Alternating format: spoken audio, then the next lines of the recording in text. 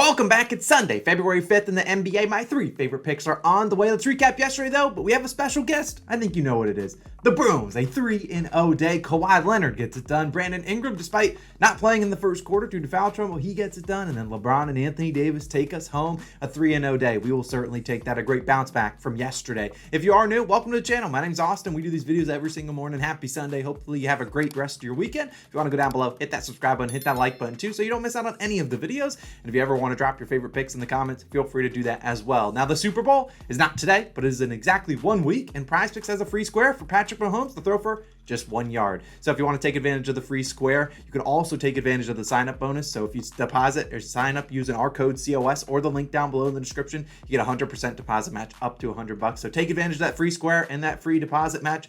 Look, it's free money, people. Take advantage of it. I'll have the way I'm using that free square in next week's video when we talk about the Super Bowl. Either way, let's go for another 3-0 sweep. Let's hop into our favorite picks, and we're going to start with this guy who we don't normally bet on too often, but I like his matchup today.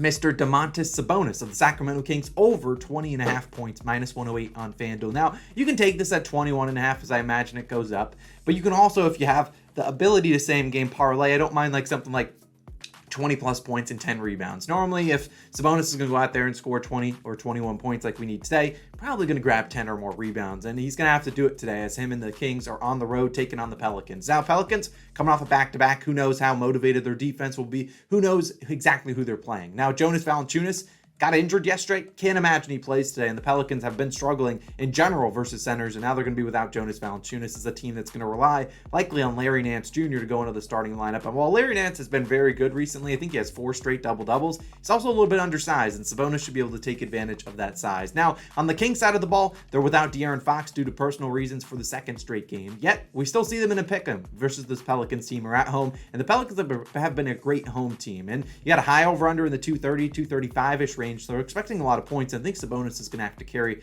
this Kings offense. Now, you saw the last game for the Kings. They were without Fox again, and a lot of people are on Sabonis' over in points in that game. He just didn't show up. Only 15 points on 6 of 13 shooting. That's 46% from the field. A very bad game for him. Now, the 13 field goal attempts are normally around average, but shot only 46% compared to his normal average of 61% this season. And I think he's going to bounce back here. And given that the Kings lost that game, I think the coaching staff's going to be like, yo, Sabonis, we need you to be more aggressive. You got a great spot today. Go attack the hoop, get to the free throw line, or go lay it in. Sabonis normally a very high percentage shooter, and I expect him to shoot well more than 13 shots. I mean, 13 is still normally a decent number for him, but if he gets to 15 or more field goal attempts, we have a great chance at hitting this. In fact, he's only done that in 8 games this year, but he's done really well hitting the over. I have all of his numbers up on the screen when he shoots 15 or more times, going over in 7 of 8 such instances. Now, we know Fox is a guy that normally goes out there and shoots 20, 25 shots. I just don't think they have a guy on this roster that just instantly takes all that workload. Now, you got Terrence Davis off the bench, Malik Monk. Those guys will take some workload, but I look at a guy like Harrison Barnes.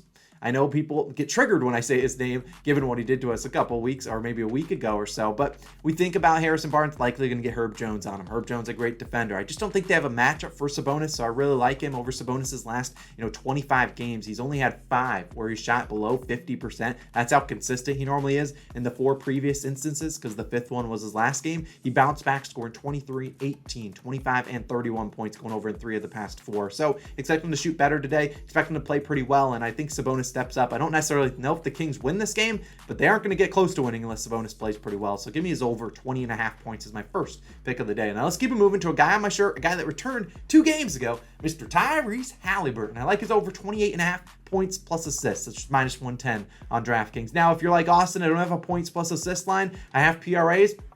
I don't hate it, just Haliburton sometimes doesn't grab rebounds. And especially in this matchup against the Cavaliers, I don't see a lot of rebounds coming his way. If you need an individual line, honestly don't mind either his points or his assists. I honestly think he has a chance to hit the over in both. If you ever want to go with the double-double, that's plus 130 on DraftKings. Now, I think that's decent value. Now, let's talk about Haliburton. Like I said, returned 2 games ago. And since then, he's had 2 very polar opposite games. One game he had 38 points plus assists. The next game he had 19. He shot 24 times in one game, shot 12 times in the other. You can see basically the amount of shot attempts equaled how many PRAs or points plus assists he had. I think he shoots more today, and they're taking on the Cavaliers. They're at home, and you look at the Indiana Pacers, only 4 5-point underdogs in this matchup, so they're expecting a close game, and I think that's what the Bucks will get. And you look at the Cavaliers, been pretty bad on the road, honestly, 10-16 straight up. This is a team that's like 10 games over 500, but 6 games under 500 on the road. They've been a very good home team, just not very good on the road. And you look at the Cavs, allow the third fewest points in the paint. So I don't expect big games from guys like Miles Turner or the guys that are going to attack the paint like that. And Haliburton's not really a guy that you're relying on to drive to the hoop, dunk on people, score at the rim. It's not normally his game. He can get to the rim. He can also lay it in, but he's also a guy with the floater game. He shoots a lot of threes as well. And I think this is a good spot for him. And he's taken advantage of this matchup in the past. And Haliburton's last 5 versus the Cleveland Cavaliers, one of them as a member of the Kings, the other 4 as a member of the Pacers. He's at 29, 34, 31, and 38 points plus assists. So he's hit the over in all 5 of his last 5 versus Cleveland.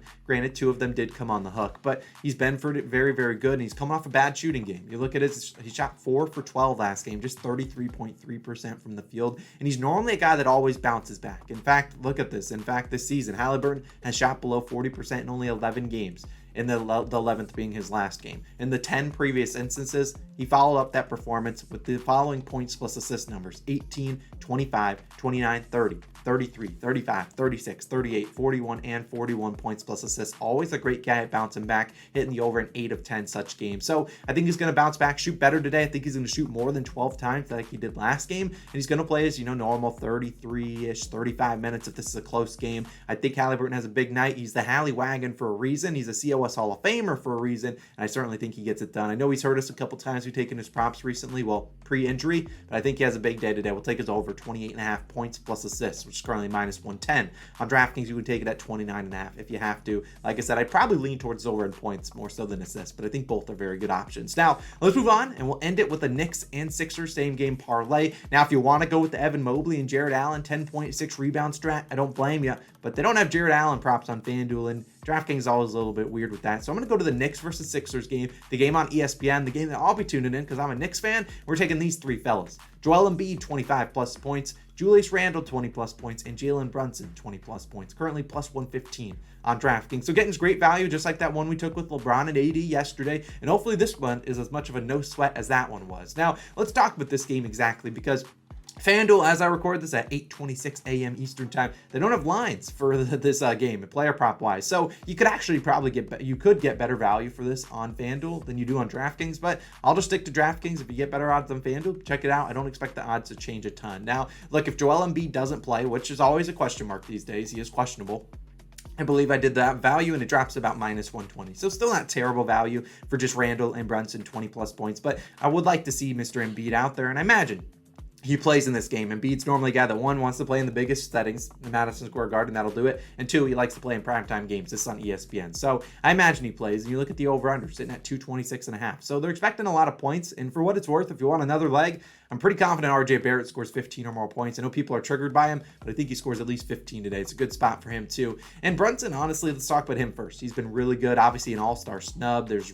You could argue he should be on that all-star team. You could argue probably a lot of other guys should be there too. And he bounced back, scored 41 points in their last game after missing one due to an illness. That was against the Clippers, a great defensive team. And while I don't necessarily think he drops a 40 piece today, he has scored 20 plus points in 19 of his last 23 games. He's getting the free throw attempts. He's getting the field goal attempts. And he normally is a pretty efficient shooter. And while the Sixers are a decent team against point guards, I think he can get DeAnthony Melton off of him and probably go attack whoever else is guarding him out there. And he's played well against the Sixers, 23, 23, and 24 in his last 3 against them. So I think Mr. Brunson get us 20 points. As for Mr. Randle, 20 plus points in 21 of his last 25. He's had a couple of games. He ended on 19 in the past couple, but it's a great spot for him. Over the last 30 games, Sixers allowed the most points per game to power forward. That's Randle's position. While PJ Tucker's a decent defender, probably doesn't guard him all the time. And also he hasn't really been that great this year. And then you got Tobias Harris, okay defender. I think Randle on ESPN, he's going to show up. He always shows up on these big primetime games. I think he scores 20. And then you got Joel Embiid. I mean, and Randle scored 35 in his last matchup versus the Sixers. And then you got Embiid.